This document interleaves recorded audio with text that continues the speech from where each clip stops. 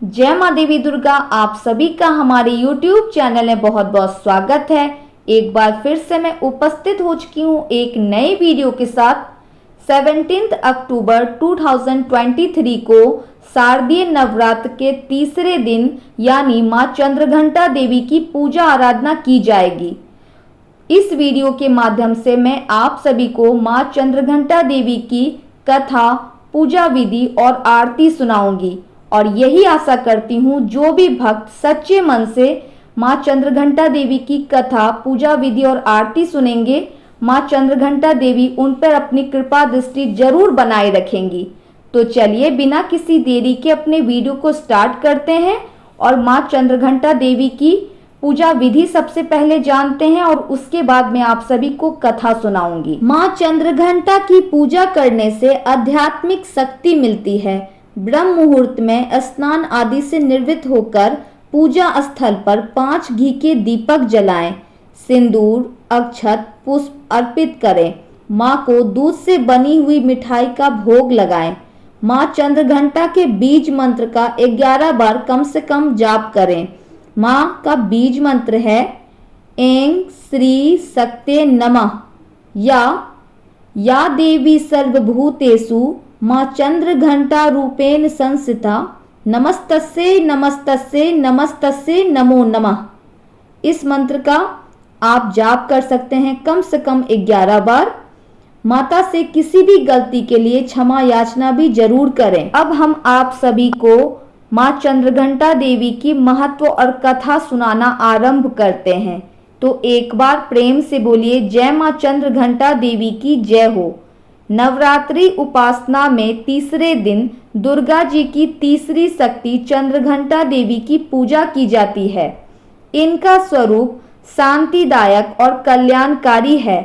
शरीर का रंग स्वर्ण के समान चमकीला और हाथ 10 हैं इनके 10 हाथों में खड्ग आदि शस्त्र तथा बाण आदि अस्त्र विभूषित हैं।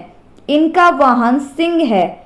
चंद्रघंटा देवी सदा भक्तों को अभयदान देने के लिए तैयार रहती हैं। माता के चंड ध्वनि से अत्याचारी राक्षस कांपते रहते हैं।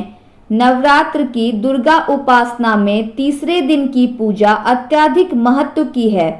इस दिन साधक मणिपुर चक्र में प्रविष्ट होता है। माँ चंद्रघंटा की कृपा से अलौकिक वस्तुओं के दर्शन होते हैं। इन्हीं माता की कृपा से साधक के सभी पाप बाधाएं नष्ट हो जाती हैं। भगवती चंद्रघंटा भक्तों के कष्ट की निवारण करती हैं। इनका वाहन सिंह है, अतः इनका उपासक सिंह की तरह पराक्रमी और निर्भय हो जाता है। दुष्टों का दमन करने को तत्पर चंद्रघंटा का स्वरूप आराधक के लिए अत्यंत सौम्य एवं शांतिपूर्ण है। इनकी आराधना से श्रद्धालु भक्तों में निर्भयता के साथ सौम्यता एवं विनम्रता का विकास होता है। माँ चंद्रघंटा के भक्त शांति और सुख का अनुभव करते हैं। यदि मन, वचन और कर्म से निश्चित विधि विधान के अनुसार माँ चंद्रघंटा की उपासना की जाए तो इस उपासना से सांसारिक कष्टों से मुक्ति मिलती है। चिरकाल में महिषासुर नामक असुर का आतंक बढ़ गया था। उसके आतंक से तीनों लोकों में हाहाकार मच गया था। भगवान द्वारा प्रदत्त अतुल बल से महिषासुर बहुत शक्तिशाली बन गया था। वह शक्ति का दुरुपयोग कर स्वर्ग पर अपना आधिपत्य जमाना चाह रहा था। इस प्रयास में वह लगभग सफल भी हो गया था। उस समय स्वर्ग के देवता भयभीत हो उठे। स्वयं स्वर्ग इंद्र नरेश भी चिंतित हो उठे। महिषासुर स्वर्ग का सिंहासन पाना चाहता था। उस समय सभी देवता ब्रह्मा जी के पास गए और उनसे सहायता मांगी। ब्रह्मा जी बोले, वर्तमान समय में तो महिषासुर को परास्त करना आसान नहीं है। इसके लिए हम सभी को महादेव के शरण में जाना पड़ेगा। उस समय सभी देवता सबसे पहले जगत के पालनहार भगवान विष्णु के पास गए और उनसे सहमति लेकर सभी महादेव के पास कैलाश पहुँचे। स्वर्ग नरेश इंद्र ने आप बीती महादेव को सुनाई। स्वर्ग नरेश इंद्र की बात सुन महादेव क्रोधित होकर बोले, महिषासुर अपने बल का गलत तरीके से प्रयोग कर रहा है, इसके लिए उसे अवश्य दंड मिलेगा। तब मां चंद्रघंटा ने त्रिदेव से अनुमति लेकर महिषासुर को लड़ाई के लिए ललकारा। ये बात शास्त्रों में लिखी गई है। इस लड़ाई में मां के प्रहार के सामने महिषासुर टिक न सका। उस समय महिषासुर का वध कर मां चंद्रघंटा ने तीनों लोकों की रक्षा की।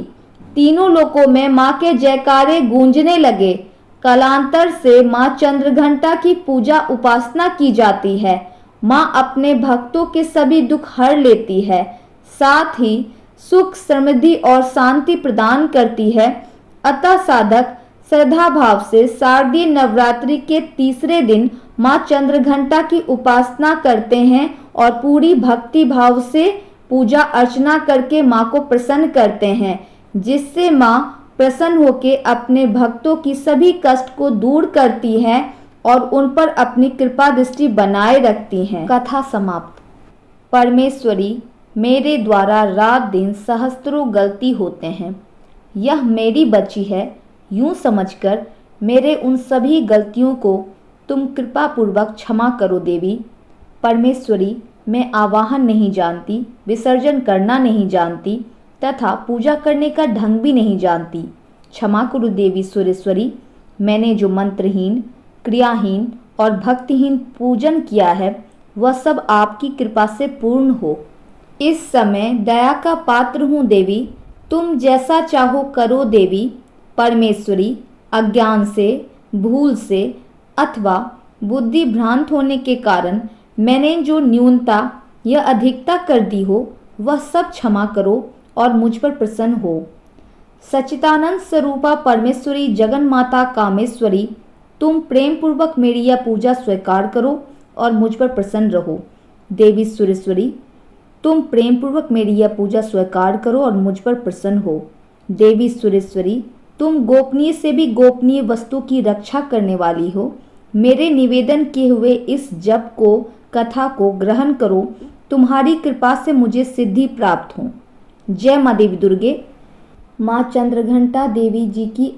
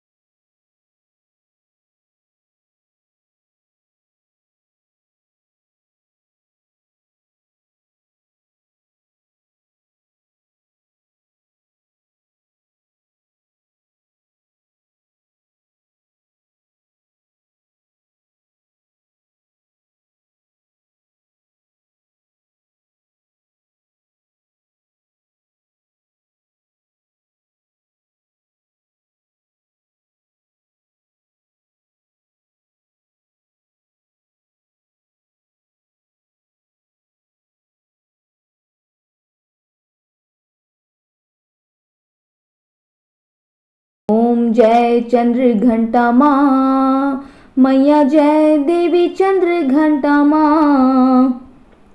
10 भुज धारिणी मैया, 10 भुज धारिणी मैया, असुरों का नाश करो मैया, असुरों का नाश करो। मोक्ष भक्तों को दे माँ, मोक्ष भक्तों को दे माँ।